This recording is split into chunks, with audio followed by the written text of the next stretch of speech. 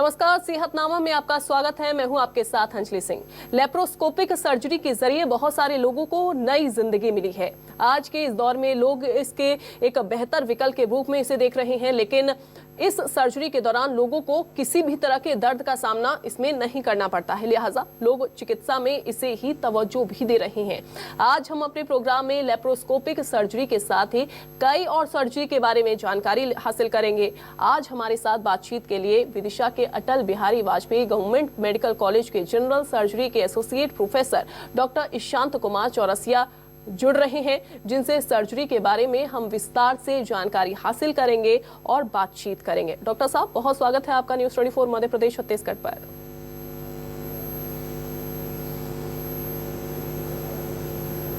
बहुत बहुत नमस्कार, धन्यवाद आपका। आप लोगों ने मुझे यहाँ पे बुलाया और मौका दिया।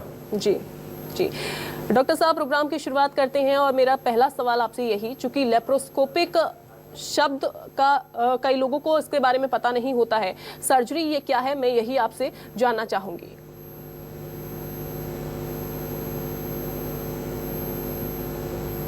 देखिए, लेप्रोस्कोपी सर्जरी होती है दूरबीन पद्धति के द्वारा सर्जरी करी जाना, जिसमें कम दर्द, जल्दी घर जाना, बहुत ही कम अस्पताल पे रुकना और छोटे छोटे सिर्फ चीरा मार के हुए पेट से आंतों का, पित्त की थैली का, अपेंडिक्स का, विभिन्न अंगों का ऑपरेशन सफलतापूर्वक किया जाता है। जी। इसमें मरीज को बहुत कम अस्पताल में रुकना पड़ता है। बड़े बड़े टाँके जो चीरे पहले के ज़माने में आते थे वो नहीं आते हैं, और जैसे कहते हैं earlier return to work. Operation के हम 24 से 48 घंटे के अंदर छुट्टी भी आती है अगर सब कुछ सही रहा, और 2 से 3 दिन के अंदर वो अपने routine day to day activities और अपने काम पे बिल्कुल जा सकते हैं। बिल्कुल जी। इसके अलावा अगर डॉक्टर साहब इस सर्जरी के हम प्रकारों की बात करें तो कौन कौन से प्रकार हैं लेप्रोस्कोपिक सर्जरी के?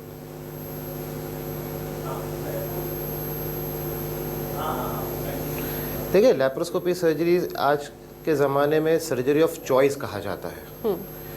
कोई भी नहीं चाहता कि उसको बड़े बड़े चीरे लगे, दूरबीन पद्धति के द्वारा किए जाते हैं। इससे हम पित्त की थैली की पथरी से गॉल ब्लैडर स्टोन, अपेंडिक्स का ऑपरेशन, आहार नली का ऑपरेन, जटिल से जटिल कैंसर सर्जरीज का ऑपरेशन जैसे पैनक्रियास का है, बड़ी आंत का है, लिवर का है, लैट्रिन के रास्ते का है, छोटी आंत का है, कोई बड़ी कैंसर की गठाने उत्पन्न हो रही हो, सबसे ज़्यादा हर्निया का ऑपरेशन। इससे पहले कहता है हर्निया चीरा मार के होता है, आज के ज़माने में हर्निया एकदम दूरबीन के पद्धति से किया जाता है और तुरंत 24 से 48 घंटे छुट्टी की जाती है। चाहे नाभि का हर्निया हो या नीचे का हर्निया हो, बहुत सरलता और अच्छे से और एकदम एनाटॉमिकली जिसे कहते हैं परफेक्ट होके किया जा सकता है। बिल्कुल। लेकिन डॉक्टर साहब, लेप्रोस्कोपिक सर्जरी को कब किया जाए, कैसे चूज किया जाए कि अब हमें लेप्रोस्कोपिक सर्जरी ही करवानी है?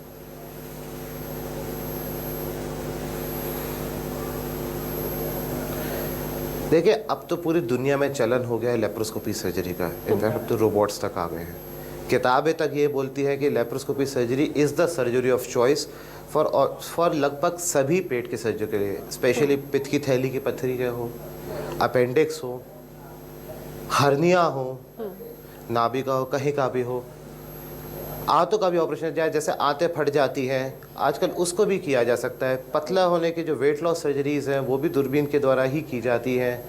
बड़ी से बड़ी जटिल से जटिल सर्जरी अगर आप अच्छे से ट्रेनिंग लें, अच्छे से सीखें, अच्छे से अपने गुरुओं का आशीर्वाद लें तो और अच्छे से ट्रेनिंग आप बिल्कुल मरीज को अच्छे से स्वस्थ कर सकते हैं इससे। और मरीज को जहाँ ज़्यादा दर्द होता है, बड़े बड़े चीरे, बड़े बड़े नलकियाँ जिसे डलती है, नाक होते हुए एकदम सरलता पूर्वक होते हुए और अच्छे से हो जाता है। इसलिए इसे laparoscopy surgery is the surgery of choice पूरी दुनिया में। बिल्कुल। लेकिन डॉक्टर साहब, इसकी प्रक्रिया आखिरकार क्या है लेप्रोस्कोपिक सर्जरी की? क्या पेशेंट को इस दौरान लंबी प्रक्रिया से गुजरना पड़ता है या बहुत कम समय में ये हो जाती है?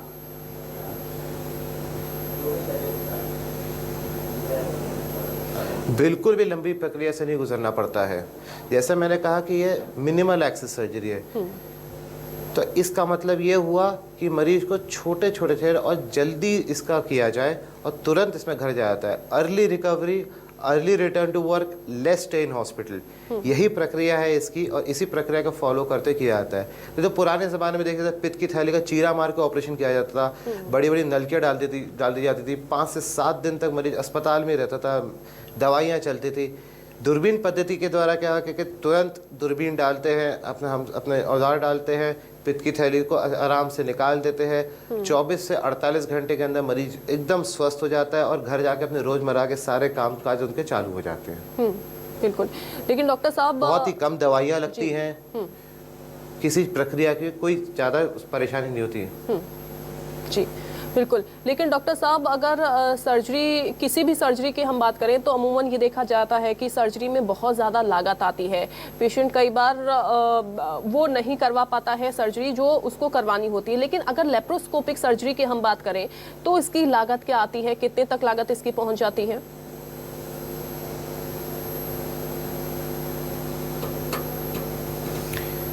मेरा ये मानना है कि लेप्रोस्कोपी सर्जरी और चीरा मार के सर्जरी के जाए दोनों की कीमत लगभग बराबर है। इनफैक्ट लेप्रोस्कोपी सर्जरी ज़्यादा सस्ती पड़ती है क्योंकि आपको अस्पताल में कम रुकना पड़ता है, दवाइयाँ आपको कम लगती हैं, और तो जल्दी आप घर डिस्चार्ज होकर जाते हैं, तो आपका अस्पताल का स्टे कम हो रहा है, आपको जो इंजेक्शंस लग रहे हैं वो कम लग रहे हैं। तो आप ऑब्वियसली लेप्रोस्कोपी सर्जरी सस्ती और बेहतर है चीरा मारने के मुकाबले। जी बिल्कुल। लेकिन डॉक्टर साहब लेप्रोस्कोपिक सर्जरी के लाभ आखिरकार क्या हैं, क्यों लोग इसको चूज करें, वो भी हमारे दर्शकों को बताइए।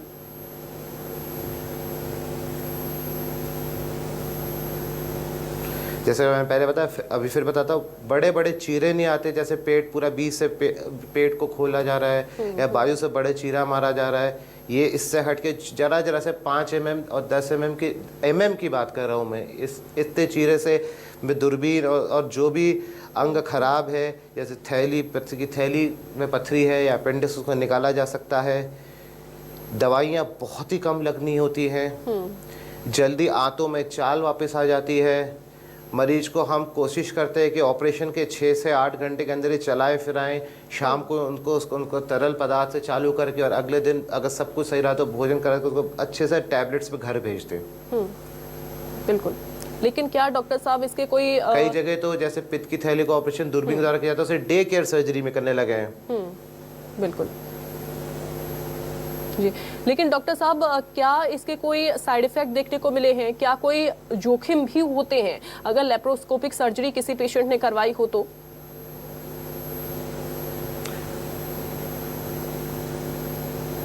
देखिए, हर सर्जरी का कोई ना कोई जोखिम होते हैं, चाहे वो चीरा मार के की जाए या दूरबीन के द्वारा की जाए।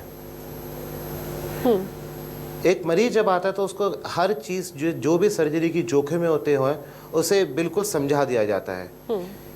कई बार मरीज आते हैं जो बहुत डायबिटिक होते हैं, या हाइपरटेंसिव पेशेंट्स होते हैं, या जिनमें कोई कार्डियक कोई भी समस्या होती है और भी कोई जटिल समस्या, तो हर चीज़ के कॉम्प्लिकेशन होते हैं। उस कॉम्प्लिकेशन को क्लियरली एक्सप्लेन करके अगर मरीज चयन इसको करता है, फिर भी मैं कहता हूँ कि लेप्रोस्कोपी सर्जरी चीरा मारने के मुकाबले ज़्यादा सेफ मानी जाती है, बशर्ते आपको लेप्रोस्कोपी में अच्छे से ट्रेनिंग होना चाहिए।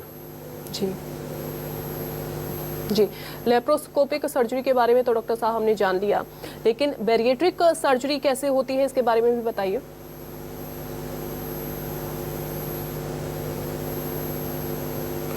Bariatric surgery basically weight loss surgery होती है। आज के ज़माने में फिटनेस बहुत इम्पोर्टेंट है। बिल्कुल।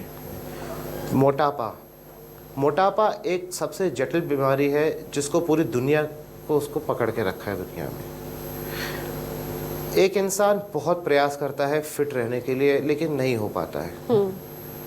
कारण उसका खाना पीना, कारण वो समय अपनी फिटनेस पे नहीं दे पाता है। कई बार हार्मोनल भी होता है, कई बार जेनेटिक भी होता है। तो इस चक्कर में जब वो इंसान सब जगह प्रयास करके हताश हो जाता है, और इससे सबसे बड़ी बात है कि डिप्रेशन होने लगता है, डायबिटीज़ बढ़ने लगती है, बीपी की शिकायत होने लगती है, हाइपरटेंसिव। तो बैरिएट्रिक सर्जरी इसे एक इनोवेशन है इस दुनिया में, जो एक वेट लॉस सर्जरी के माध्यम से पेशेंट की सिर्फ उसका वजन कम होने बशर्ते वो हर चीज़ उसके बाद की माने। मैं ये नहीं कह रहा कि सर्जरी के बाद पेशेंट तुरंत पतला हो जाएगा, उसका एक पूरा फॉलोअप होता है, एक पूरा प्रोटोकॉल होता है। अगर वो मरीज हर चीज़ को फॉलो करे तो बहुत अच्छे से अपना वो वजन कम कर सकता है, उसको मेंटेन कर सकता है हमेशा के लिए। और साथ ही साथ उसके साथ जो अनकंट्रोल डायबिटीज़, मधुमेह की शिकायत, अनकंट्रोल बीपी और भी विभिन्न अलग अलग समस्याएं हैं, हर चीज़ पे कंट्रोल आ जाती हैं। ऐसे रिपोर्ट्स हैं, ऐसे एविडेंसेस हैं, प्रमाण हैं सब जगह की बेरियाट्रिक सर्जरी के होने के कारण पेशेंट को जो अनकंट्रोल डायबिटीज़ होती थी, एक्सेसिव मोटापा होता था, उनका BMI हमेशा बढ़े रहता था, चलते थे सांस फूलने लगती थी, हर चीज़ पे वो नियंत्रण पा के आज वो सुखी, स्वस्थ और एक अच्छा जीवन व्यतीत कर रहे हैं। जी बिल्कुल। डॉक्टर साहब, हमारे बहुत सारे दर्शक ऐसे हैं जिनका अभी वेट बहुत ज़्यादा बढ़ा हुआ है, वो इस प्रोग्राम को देख भी रहे हैं। मैं चाहूँगी इसके बारे में आप थोड़ा सा विस्तार से और बताइए कि आखिरकार बैरिएट्रिक सर्जरी में कितना खर्च आता है, वेट लॉस अगर करवाना हो किसी को, ये सर्जरी अगर करवानी हो तो कैसे करवाई जाती है, इसकी क्या प्रक्रिया है?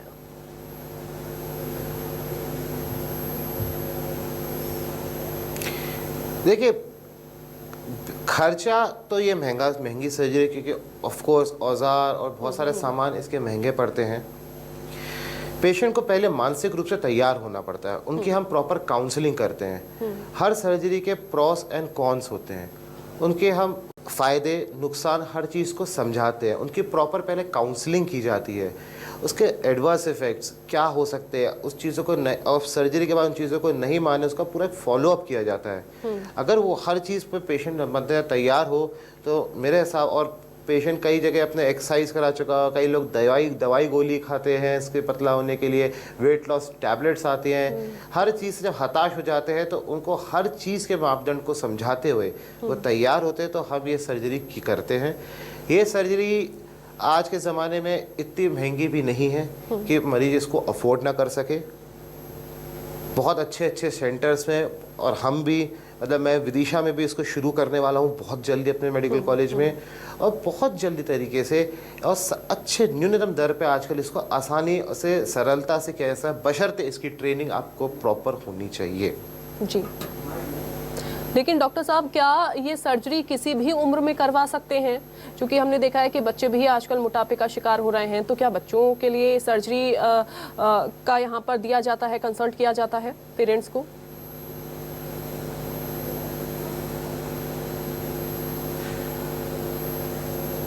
देखिए, हर चीज़ डिपेंड करती है आपकी BMI कितनी है। मैं पर्सनली बात करूँ तो मैं बच्चों में एडवोकेट नहीं करता हूँ, मैं एडल्ट्स में एडवोकेट करता हूँ जिन पे अनकंट्रोल BMI हो, जो बिल्कुल इनका वेट लॉस नहीं हो रहा है, एक्सेसिव वेट हो, वो सारे आधारों पे डिसाइड करता हूँ। और जनरली 25-28 साल से लेके 50-55-60 साल की उम्र दराज में आराम से मैं इसको करता हूँ, बशर्ते हर चीज़ें इनको समझा के इनके कॉम्प्लिकेशंस और कॉन्सिक्वेंसेस क्या हो सकते हैं, अगर मरीज तैयार हो तो अच्छे से एकदम किया जाता है। बच्चों में मैं पर्सनली इसको एडवोकेट नहीं करता हूँ, क्योंकि बच्चे ग्रोइंग एज में होते हैं, आगे हो जाते हैं, कई बार उनका कम होता है। लेकिन हाँ, जो उनको पैदाइशी अनकंट्रोल कुछ चीज़ें हों, अनकंट्रोल डायबिटीज़ और अनकंट्रोल वेट लॉस, जो कि बहुत रेयर है, बहुत ही ज़्यादा रेयर है वो जी, बेबी फैट टाइप है तो बहुत ही ज़्यादा रेयर है वो होना।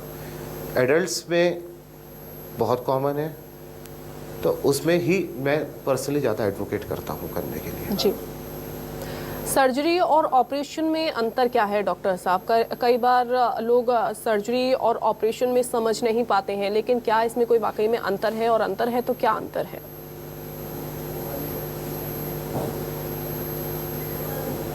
सिर्फ शब्दों का हेर फेर है, दोनों एक ही चीज़ है। जी जी, ठीक है। लेकिन डॉक्टर साहब, अगर हम कैंसर की बात करें, चूंकि कैंसर एक बहुत बड़ी समस्या इस समय बन गई है, लोग काफ़ी ज़्यादा डर भी जाते हैं इनसे, और अगर बात सर्जरी की आ जाए तो उस दौरान तमाम तरीके के विचार उनके मन में आना शुरू हो जाते हैं। लेकिन ऐसे में उनके मन में विचार ना आ पाएँ, वो ज़्यादा सहमे नहीं, डरे नहीं, अपना इलाज सही तरीके से करवा पाएँ, ऐसे में कैंसर सर्जरी में होता क्या है? क्या इसके बाद कोई साइड इफेक्ट देखने को मिलते हैं? वो थोड़ा सा बताइए विस्तार से।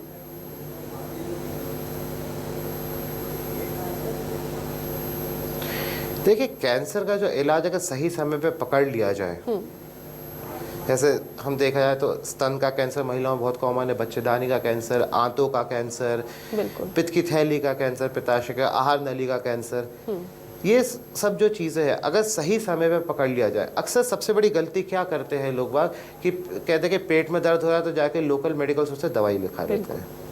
ऐसा नहीं है, प्रॉपर डॉक्टर के पास आए, उनकी प्रॉपर वो डॉक्टर अपने हिसाब से एग्जामिनेशन प्रॉपर करेगा, उसके रेलेवेंट इन्वेस्टिगेशन करेगा।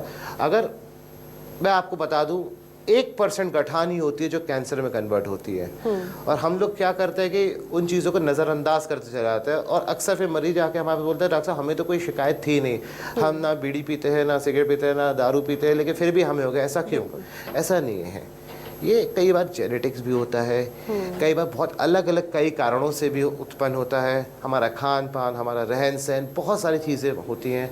लेकिन प्रॉपर समय पे सही समय पे आप डॉक्टर के पास जाएं, जो क्वालिफाइड डॉक्टर्स हैं उनके पास जाएं। मेरा कहने का मतलब एकदम स्पेसिफिक है, क्वालिफाइड डॉक्टर्स के पास जाएं, प्रॉपर उनसे अपना एग्जामिनेशन करवाएं, प्रॉपर जांचें हों और पकड़ में जाए। तो मेरे हिसाब से हिंदुस्तान में आजकल हर जगह कैंसर की प्रॉपर इलाज की सुविधा है, और मेरे मेडिकल कॉलेज जहाँ मैं हूँ सह प्राध्यापक, माननीय सीएम साहब के आशीर्वाद से जो उनका ड्रीम प्रोजेक्ट खुला, वहाँ पे हर चीज़ की सुविधा उपलब्ध है जी। और प्रॉपर तरीके से इसका मैनेजमेंट किया जा सकता है जी। और कई मरीज ये जंग जीत के जा भी चुके हैं जी। लेकिन डॉक्टर साहब क्या कैंसर को पूरी तरीके से ठीक किया जा सकता है?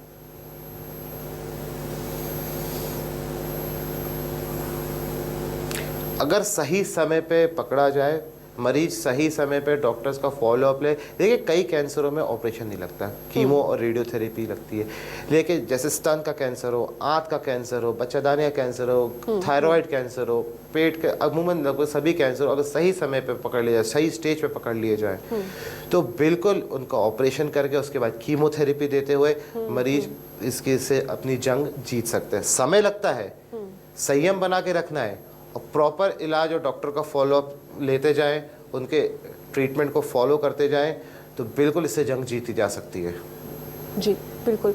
लेकिन डॉक्टर साहब आपने कहा कि सही समय पर अगर कैंसर के बारे में पता लग जाए तो उसका इलाज किया जाए तो सही हो सकता है, लेकिन अगर हम ये जानने की कोशिश करें कि वो कितने समय में बढ़ रहा है उसके बारे में पता ही नहीं है, तो कैसे पता लगाया जा सकता है कि कितने तेजी से कैंसर जो है वो बढ़ रहा है, कौन सी स्टेज पर पहुंच गया है, या फिर अगर वो बढ़ रहा है तो क्या इस स्टेज में बचने की उम्मीद अब पेशेंट के पास है?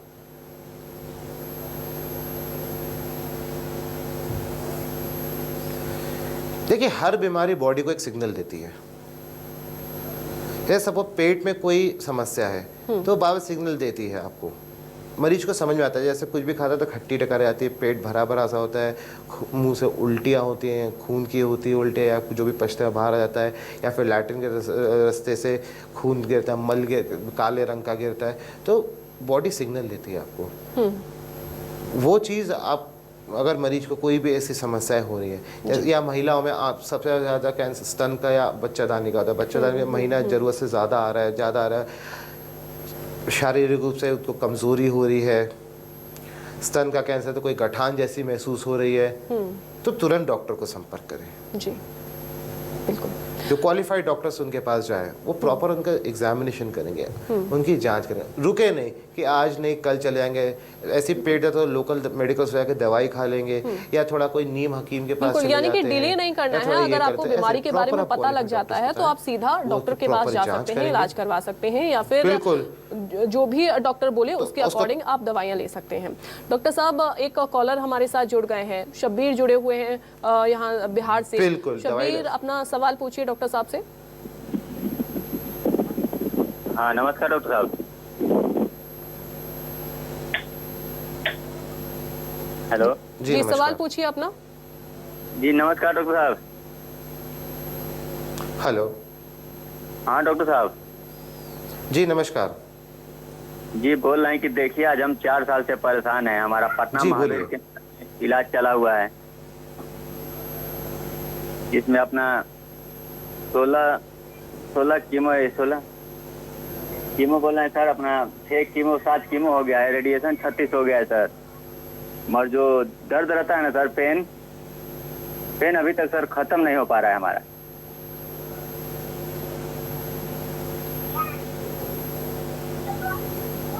आपको कहाँ का कैंसर बताया है? वो बता रहे थे एनल कैनल में कैंसर बता रहे थे सर।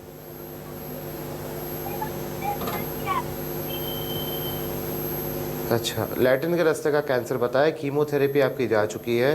तो हो सकता है कीमोथेरेपी आपको इसलिए दी गई हो क्योंकि वो कैंसर इतना ज़्यादा फैल चुका है कि अभी उसका ऑपरेशन नहीं किया जा सकता है। तो कीमोथेरेपी बिल्कुल करानी चाहिए आपको। अगर हो भी चुकी है तो फिर आपने डॉक्टर के पास, साहब के पास जाइए। अगर वो गठान कम की सूजन, जो गठान अगर कम हो गई तो बिल्कुल आपके वहाँ के डॉक्टर साहब इसका सही आपको इलाज और ऑपरेशन बताएंगे। आपको उनका टोटल फॉलोअप उनसे लगातार लेते रहना चाहिए। ट्रीटमेंट बिल्कुल आधा रास्ता नहीं छोड़ना चाहिए, और जिस डॉक्टर साहब को दिखाया उससे बिल्कुल कंटिन्यू करिए और उनकी पूरी सलाह मानिए। जी शब्बीर, उम्मीद करती हूँ कि आपके अपने सवालों का जवाब मिल गया होगा। डॉक्टर साहब कंटिन्यू हम करते हैं। अब सवाल मेरा आपसे ये रहेगा डॉक्टर साहब कि जनरल सर्जरी का मतलब आखिरकार क्या है, कैसे इसको समझा जाए और कैसे पहचान की जाए कि अब जनरल सर्जरी हमको करवानी है या फिर अन्य सर्जरी करवानी है, बाकी सर्जरियों से कैसे अलग है ये?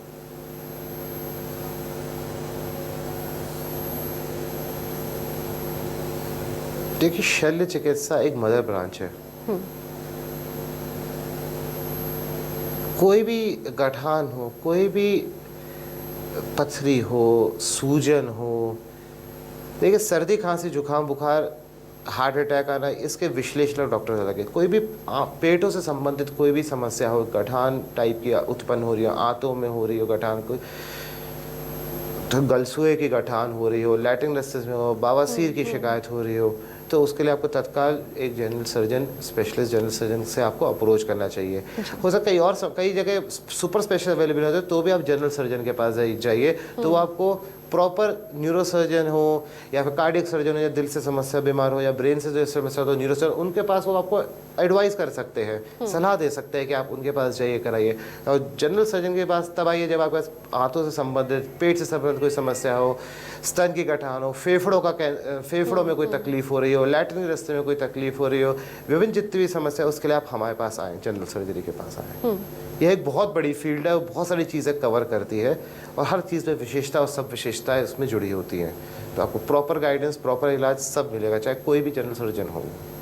जी डॉक्टर साहब, चूंकि समय हमारे पास बहुत कम है, लेकिन जाते जाते एक जानकारी हमें ये मिली है कि आप फिटनेस का बहुत ज़्यादा ध्यान रखते हैं, लेकिन कैसे इसका ध्यान आप रखते हैं? चूंकि आज की भागम भाग वाली ज़िंदगी में लोग अमूमन इन सारी चीज़ों से पीछे हटते जाते हैं।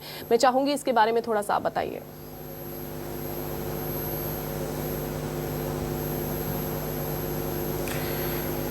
देखिए, अगर मैं खुद फिट नहीं रहूँगा तो मैं समाज में अपने मरीजों को फिट कैसे रखूँगा? फिटनेस मेंटेन करना बहुत ज़रूरी है, क्योंकि मोटापा एक बहुत ही जटिल बीमारी है। और मैं ये समझता हूँ कि आपको अपने जीवन के 1.5 से 2 घंटे खुद के लिए निकालने चाहिए। अगर आप 24 घंटे में से 1.5 से 2 घंटे अपनी सेहत के लिए नहीं निकाल सकते, तो ऐसा जीवन जीने का कोई मकसद नहीं है। और अंत में मैं यही कहना चाहूँगा कि चाहे सब कुछ भी हो, मैं अपने मरीजों के लिए जन सेवा करता हूँ या मैं अपने फिटनेस मेंटेन करता हूँ, इसके परम आदर्श मैं अपने गुरु को मानता हूँ, जो कि मेरे पिताजी हैं, Shri doctor I D Chaurasia ji, जो कि यहाँ हमीदिया अस्पताल में और भोपाल के सीनियर मोस्ट न्यूरो सर्जन है। मैं उनको देखता हूँ, वो मेरे आदर्श हैं। सुबह 4 बजे वो उठ के दौड़ने जाते हैं, फिर दिन भर सर्जरी करते हैं, मेडिकल कॉलेज जाते हैं, बाहर सब सर्जरियाँ करते हैं।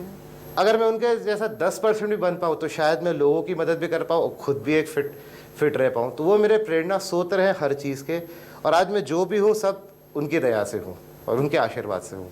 बिल्कुल, और फिट रहना आज के समय में बहुत ज़्यादा ज़रूरी भी हो गया है, क्योंकि कई बार बीमारियां भी दूर रहती हैं अगर हम फिट रहेंगे तो। डॉक्टर ईशांत, बहुत शुक्रिया हमारे साथ जुड़ने के लिए और न्यूज़ 24 मध्य प्रदेश छत्तीसगढ़ कीमती समय देने के लिए और इतनी अच्छी जानकारी प्रस्तुत करने के लिए भी बहुत बहुत शुक्रिया आपका। और सेहतनामा में फिलहाल के लिए बस इतना ही।